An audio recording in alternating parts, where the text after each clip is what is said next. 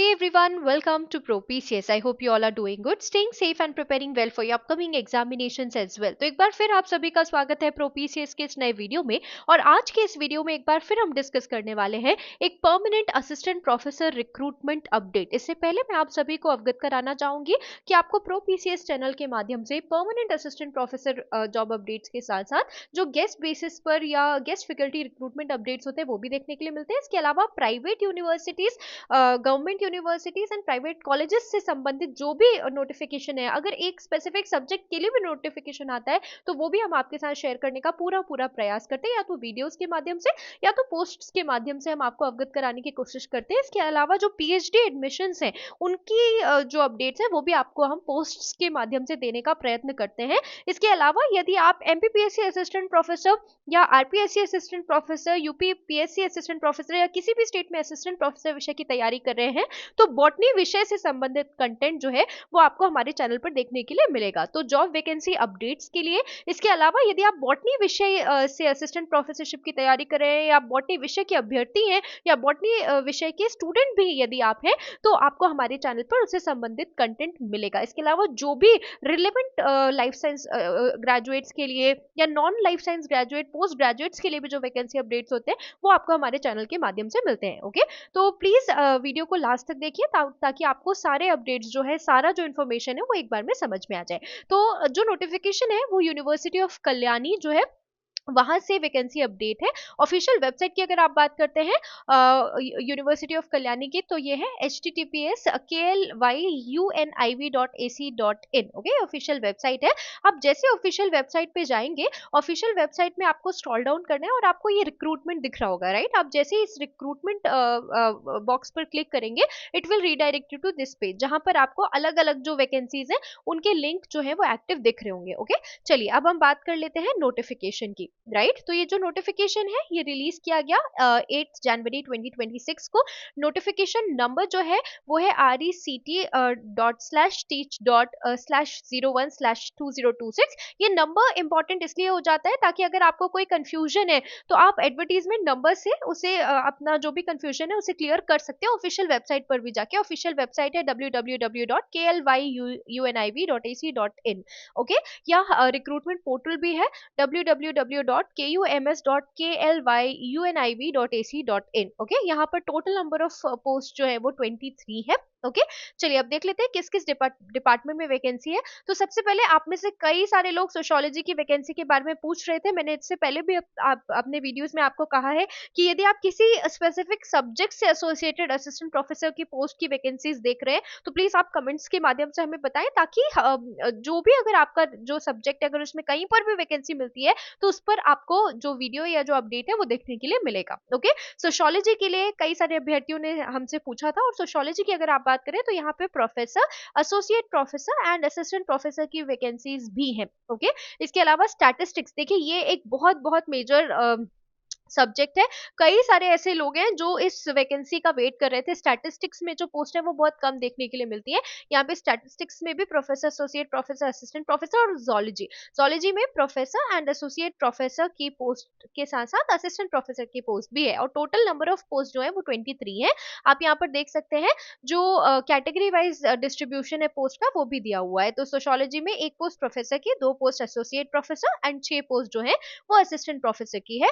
और specialisation assistant professor के लिए ओपन रखा गया है। ओके, जो एलीट सब्जेक्ट है उनको डिस्क्लोज नहीं किया गया है, लेकिन प्रोफेसर, एसोसिएट प्रोफेसर के लिए यहाँ पे आपको स्पेशलाइजेशन भी मांगा गया है। सेम गोज फॉर स्टैटिस्टिक्स, आपका एसोसिएट प्रोफेसर और असिस्टेंट प्रोफेसर में जो स्पेशलाइजेशन उसे ओपन रखा गया है, लेकिन प्रोफेसर के लिए इन्फेरेंस और मल्टीवेरिएट एनालिसिस, बायोस्टैटिस्टिक्स या डेटा एनालिटिक्स या कई, यदि इसके अलावा किसी रिलेटेड फील्ड में आपका स्पेशलाइजेशन है और एक्सपीरियंस भी आप होल्ड करते हैं तो प्रोफेसर के लिए अप्लाई कर सकते हैं। इसके साथ साथ जोलॉजी में भी असिस्टेंट प्रोफेसर जो है उसे ओपन रखा गया है, free from any specific specialisation. लेकिन एसोसिएट प्रोफेसर साथ साथ में आप प्रोफेसर के लिए देख सकते हैं कि स्पेशलाइजेशन की यहाँ पर बात की गई है। तो यदि आपका स्पेशलाइजेशन मेंशन स्पेशलाइजेशन में है तो प्लीज आप इसे अप्लाई करिए, ये बहुत बहुत अच्छी अपॉर्चुनिटी आपके लिए हो सकती है। ओके, एंड यहाँ पर रिजर्वेशन से संबंधित जो है वो जानकारी दी गई है। एंड एक और बात जो आप लोग के लिए जानना जरूरी है कि यहाँ पे डायरेक्ट इंटरव्यू होता है, आपका एपीआई स्कोर निकाला जाएगा, ठीक है। डायरेक्ट इंटरव्यू होगा आपका, एपीआई स्कोर के बेसिस पे जो कैंडिडेट्स हैं उनको शॉर्टलिस्ट किया जाएगा, इंटरव्यू कॉल उन तक पहुंचेगा। इसके अलावा अगर हम एप्लीकेशन फीस के बारे में बात करते हैं, प्रोफेसर एंड एसोसिएट प्रोफेसर के लिए 2000 रुपीज फॉर यूआर और OBC, and EWS SC ST के लिए 500 रुपीज, असिस्टेंट प्रोफेसर के लिए unreserved category 1000 and OBC 1000, and EWS SC ST के लिए 250 रुपीज है for assistant professor, okay. And also no exemption of fees available to SC ST candidates of other state, ठीक है। अगर आप दूसरे राज्य को बिलोंग करते हैं तो आपको कोई भी फी एग्जेम्पशन जो है वो नहीं दिया जाएगा, ओके। अगर आप ऑलरेडी किसी central government, state government institution में वर्क कर रहे हैं तो आपको एक एनओसी भी प्रोड्यूस करनी पड़ेगी।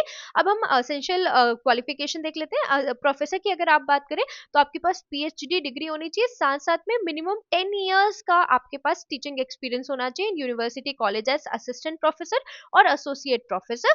एंड आपके पास रिसर्च, या तो आपके पास आपने प्रोफेसरशिप, आपने आपने एज असिस्टेंट प्रोफेसर या एसोसिएट प्रोफेसर पढ़ाया हो कॉलेज या यूनिवर्सिटी में, या तो आप एक आपका जो रिसर्च एक्सपीरियंस है वो इक्विवेलेंट लेवल का होना चाहिए यूनिवर्सिटी या नेशनल लेवल इंस्टीट्यूशन में, ओके। एंड इसके अलावा आपने जो डॉक्टोरल कैंडिडेट्स हैं उनको गाइड भी किया हुआ होना चाहिए, यदि आपके पास एकेडमिक एक्सपीरियंस नहीं है तो, ओके, ऑलराइट। इसके अलावा यहाँ पर अगर आपने पीएचडी डिग्री की है एलीड या अप्लाइड डिसिप्लिन से, ओके, एंड आपने कुछ सिग्निफिकेंट कंट्रीब्यूशन दिया है to the knowledge in the concern allied और रेलेवेंट डिसिप्लिन, और जिसका आपके पास प्रॉपर डॉक्यूमेंट्री प्रूफ भी है तो भी आप एलिजिबल हो जाते हैं।